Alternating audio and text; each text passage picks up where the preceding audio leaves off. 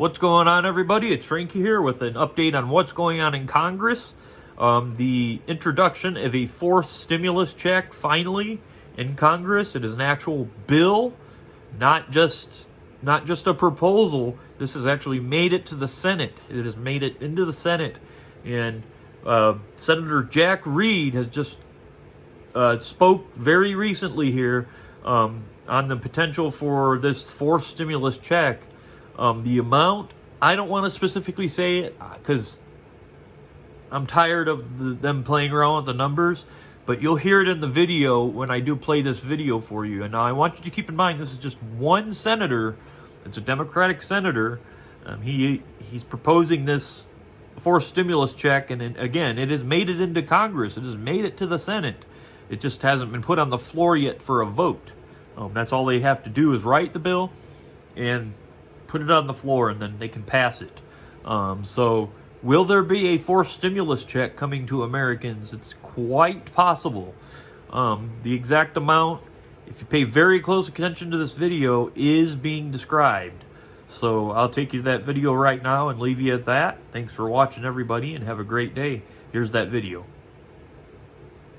Madam President, soaring fuel prices are impacting every corner of the globe and hitting the pocketbooks of American families and businesses. Today, a gallon of gas costs $4.52, nearly $1.50 more than a year ago. From food to clothing to rent, growing transportation expenses are pushing already rising prices even higher. Yet, while the American people are taking a hit, while the local mom and pop stores pay more for energy and goods, big oil companies are announcing giant profits. They have hit the jackpot. Over the first 3 months of the year, ExxonMobil reported $5.5 billion in profits. Chevron recorded $6.3 billion. And Shell raked in $9.1 billion, its largest quarterly profit ever. In just 3 months, these three companies made nearly $21 billion in profit. Now, robust profits are usually a signal for companies to invest in capital and labor and build a foundation for future growth. But big oil has different priorities. Rather than increasing business investment or production, these companies have almost uniformly pumped profits directly to their executives and wealthy shareholders. In February, even before the Russian invasion of Ukraine sent gas prices skyrocketing, the Financial Times reported that 7 of the largest oil companies, including Exxon, Chevron, BP, and Shell, were expected to return $38 billion to shareholders through buybacks this year, plus another $50 billion in dividends. Big oil hasn't hidden its strategy: hold back production and rake in profits. In a March 2022 survey, the Federal Reserve Bank of Dallas asked oil executives for the primary reason that publicly traded oil companies were restraining production despite high oil prices. The number one answer they gave, reflecting the view of nearly 60% of those surveyed, was that it was, quote, investor pressure to maintain capital discipline.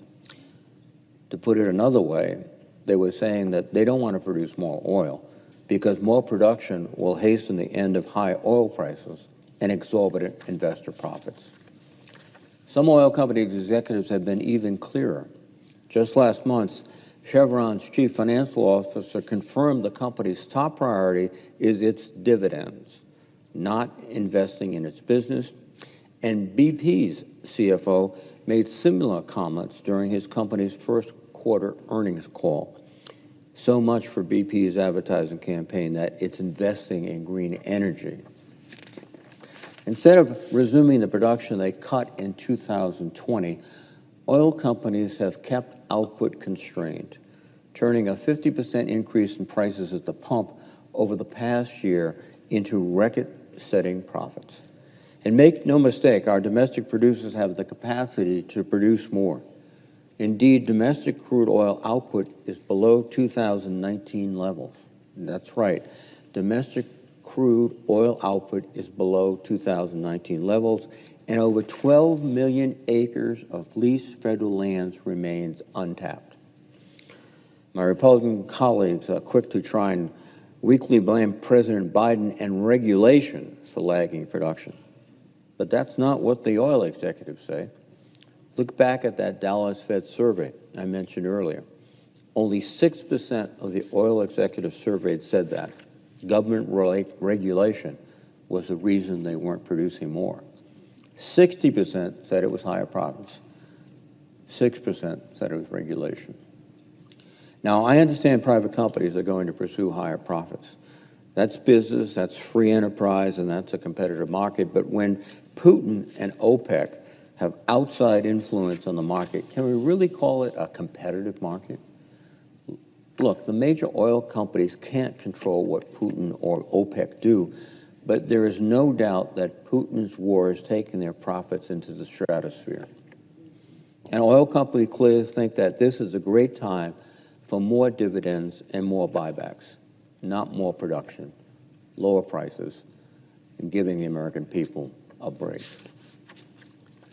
In fact, just last month, Exxon announced it would triple its stock buybacks this year and next to $30 billion. And $30 billion is an astonishing number.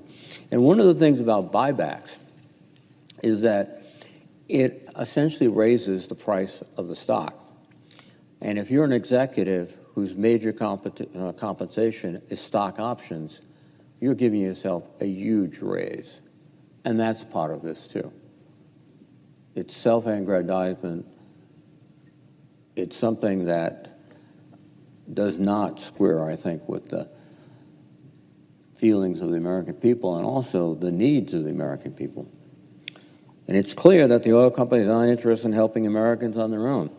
So the federal government needs to step in. We need responsible solutions that bring down prices and help families pay for the basics. We must use every tool at our disposal. I fully support the President's pledge to release 1 million barrels of oil per day from the Strategic Petroleum Reserve to help stabilize volatile prices. One can imagine the price at the pump if the President was not doing this. It would be even further in excess of what is, I think, appropriate. I've introduced the Food and Fuel Family Savings Act, which would provide most households with $600 per person specifically to cover higher gas and groceries costs this year.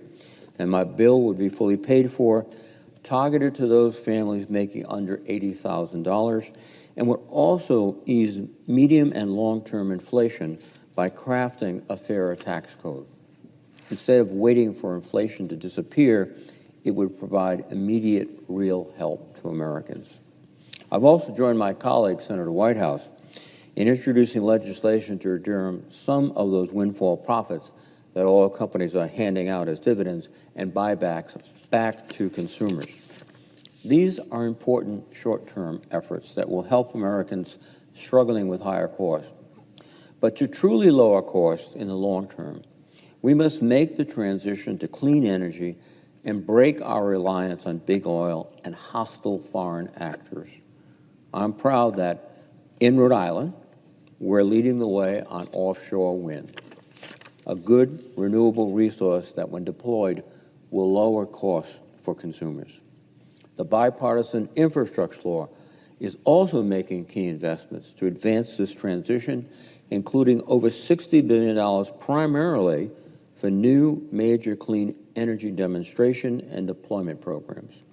The President has been calling for additional funding to enable this clean energy future.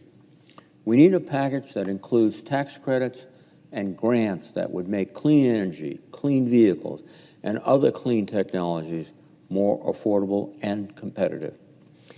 If we do these things, we'll make ourselves less vulnerable to the whims of oil companies and cartels who depend on Americans paying more than they should. We'll make our world cleaner, we'll lower costs, and finally achieve the energy independence that we've wanted all along. One of the many lessons of the last 2 years is that we cannot rely on oil for plentiful, affordable energy.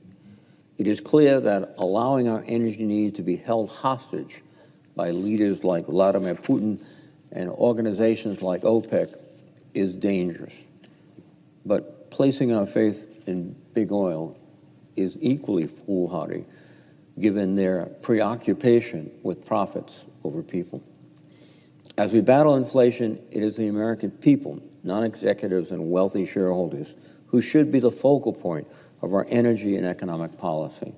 I urge all of my colleagues to join me in supporting policies that will help families now and in the future.